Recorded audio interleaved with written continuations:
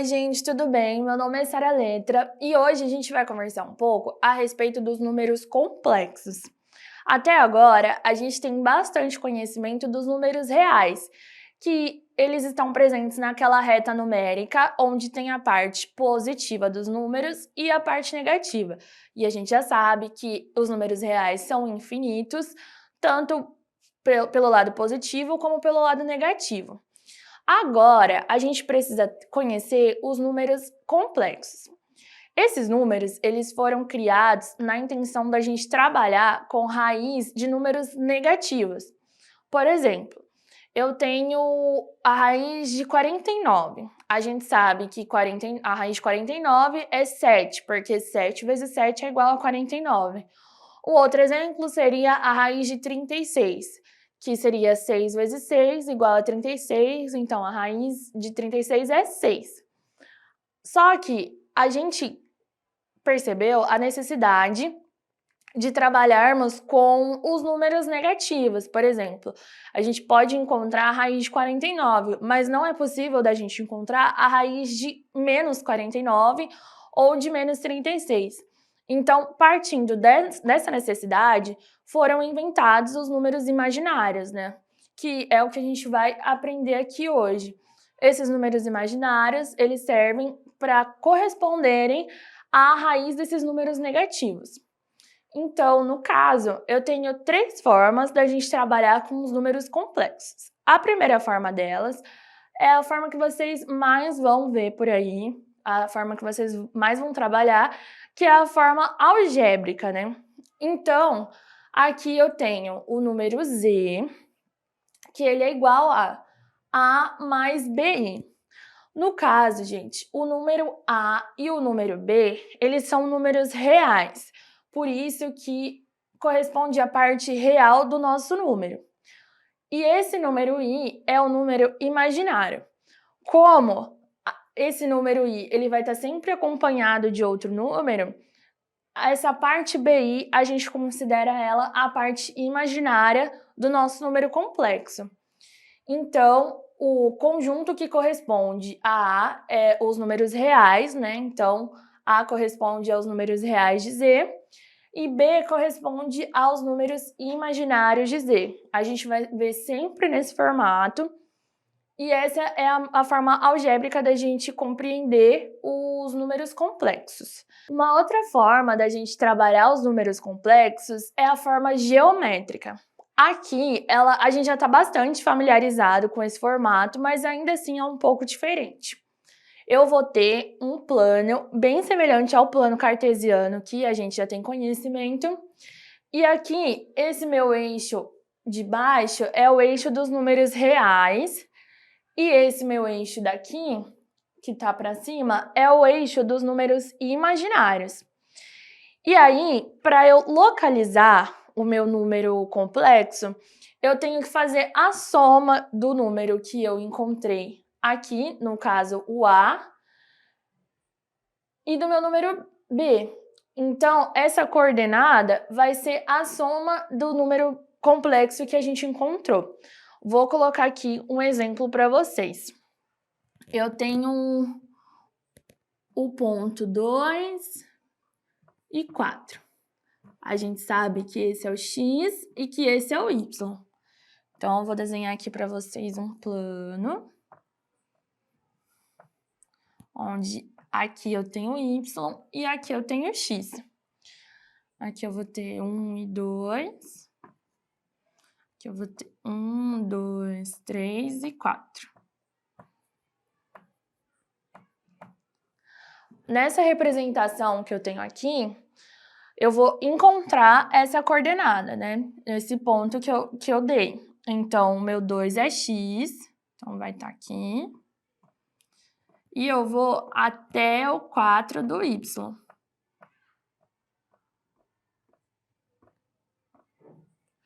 Quando se trata dos números complexos, ele está me dizendo que esse número que eu encontrei seria 2 mais 4i. Então, esse é o formato da representação que eu quero trazer aqui para vocês. Então, quando se trata da forma algébrica, a coordenada dos pontos que eu encontrar vai ser o resultado, né, a resultante do meu número complexo. Então, aqui no caso, seria esse número aqui. O 2 sendo a parte real do número, né? A gente sabe que aqui são os números reais. E o y sendo as imaginárias. Então, 2 é a parte real do meu número e 4i é a parte imaginária do número que geralmente a gente chama de z. Então, essa é a forma geométrica.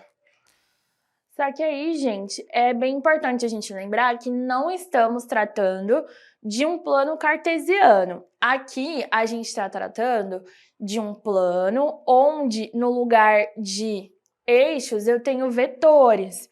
Então, quando a gente fala de números complexos, a gente vai estar sempre utilizando vetores, né? Que são esses segmentos com direcionamento, como está aqui nesse gráfico. Então, esse número está direcionado a um ponto específico, que é a representação do nosso número complexo. Então, é diferente de números com coordenadas. Aqui eu ensinei para vocês entenderem como funciona a maneira da gente encontrar esse número de uma forma geométrica. Mas não se trata de pontos, onde a gente encontra pontos, e sim onde a gente encontra números complexos com parte real, mais a parte imaginária, tá bom? E, gente, por último, e um pouquinho mais complicado, eu vou ter a forma trigonométrica. A forma trigonométrica, ela me diz o seguinte: eu tenho esse número z que a gente já tomou conhecimento, né? Que tem a parte real a somada com a parte imaginária bi. E que esse número complexo que a gente conhece, ele vai ser sempre diferente de zero. Então, vai existir essa formulinha aqui que vai substituir esses números a e bi. Então, eu tenho que o cosseno de θ é igual a sobre p. E o seno de θ é igual a b sobre p. E isso implica que, como A está do lado de cá dividindo, ele vai passar para cá, para o lado de cá da igualdade, e o P vai continuar multiplicando o cosseno de θ. Então, vai ficar o A igual a P cosseno de θ, e o B, que é o mesmo procedimento. Ele está dividindo de um lado, ele vai se isolar de um, e o P vai passar multiplicando. Então, vai ficar o B igual ao P de seno de θ. E se eu substituir esses valores, né, o P cosseno de θ e o P seno de θ nessa equação aqui em cima, eu vou concluir que o Z é o P multiplicando com seno de θ somado com o P multiplicando o seno de θ e o número i a gente tem que sempre lembrar de colocar, tá bom? Que ele corresponde à parte imaginária do nosso número complexo. Então, fazendo a regra distributiva, o meu z é igual a p que multiplica a soma de cosseno de θ e seno de θi.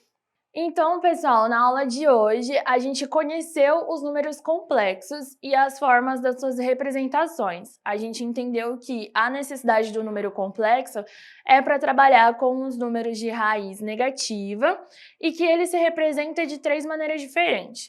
A forma algébrica, que é a forma numeral, né, na expressão do número complexo. A forma geométrica, onde a gente trabalha com vetores num formato de plano cartesiano para encontrar o nosso número complexo. E a forma trigonométrica, onde no lugar de a e bi, nós vamos utilizar o cosseno de θ e o seno de θ multiplicado pela incógnita p. Então, essa foi a aula de hoje. Muito obrigada por terem assistido. Até a próxima. Tchau!